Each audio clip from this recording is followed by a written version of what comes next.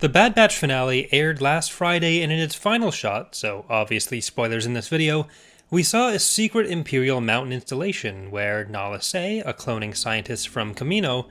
was taken to continue working for the Empire after the destruction of Tipoca City.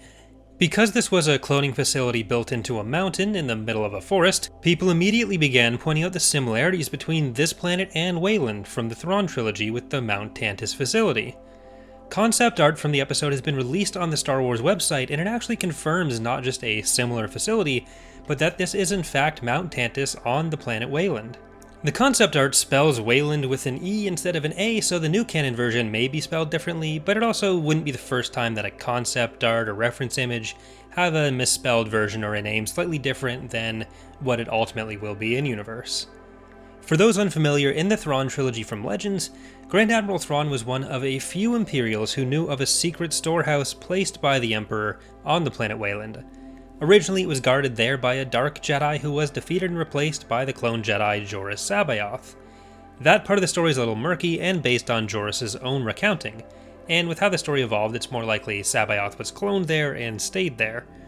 Either way, that storehouse was home to quite a bit of different tech, picked up and used by Thrawn during his campaign, including cloaking technology and most notably a vast array of Sparty cloning cylinders. These cloning cylinders allowed Thrawn to quickly produce huge numbers of additional soldiers, some in the span of 3 weeks, far outstripping the pace we have set by the prequel trilogy much later. The end of the Thrawn Trilogy sees the destruction of the storehouse on Wayland, the death of Joruus C'baoth, and includes a duel between Luke and a clone of himself, Luke Skywalker, made from the hand he lost on Cloud City. With the confirmation that it is in fact the reintroduction of Wayland and Moutt Tantiss to new canon, there's usually a bit of a knee-jerk reaction to having certain things just brought in as fan service, but in my opinion, having a facility like this and using Wayland as that facility or Moutt Tantiss fits really well with what we know about the events of the next few decades, including both where The Mandalorian has kind of always been going with its inclusion of cloning in various ways, and the knowledge after Episode 9 that Palpatine had been working on cloning as a way to extend his own life. For the former, the very first episode of The Mandalorian has Pershing wearing an insignia recognizable as the same one related to Kamino, and with Nala Se's move to Moutt Tantiss, we see someone else with the same insignia there, so we have a pretty obvious through line here. Now, the representation we have of Moutt Tantiss so far is slightly different from what we actually get in Legends, or what the purpose of it is in Legends, where it's just a storehouse, versus here, it's more of an active research lab for cloning technologies. That's why Nala Se would be moved there at all. So it's likely this will play pretty heavily into some of what we're going to get in the near future in other Star Wars media. When Ahsoka shows up in Mandalorian Season 2, we find out that he survived his apparent death in Rebels alongside Ezra, which frankly I don't think anyone ever really believed either would have been killed,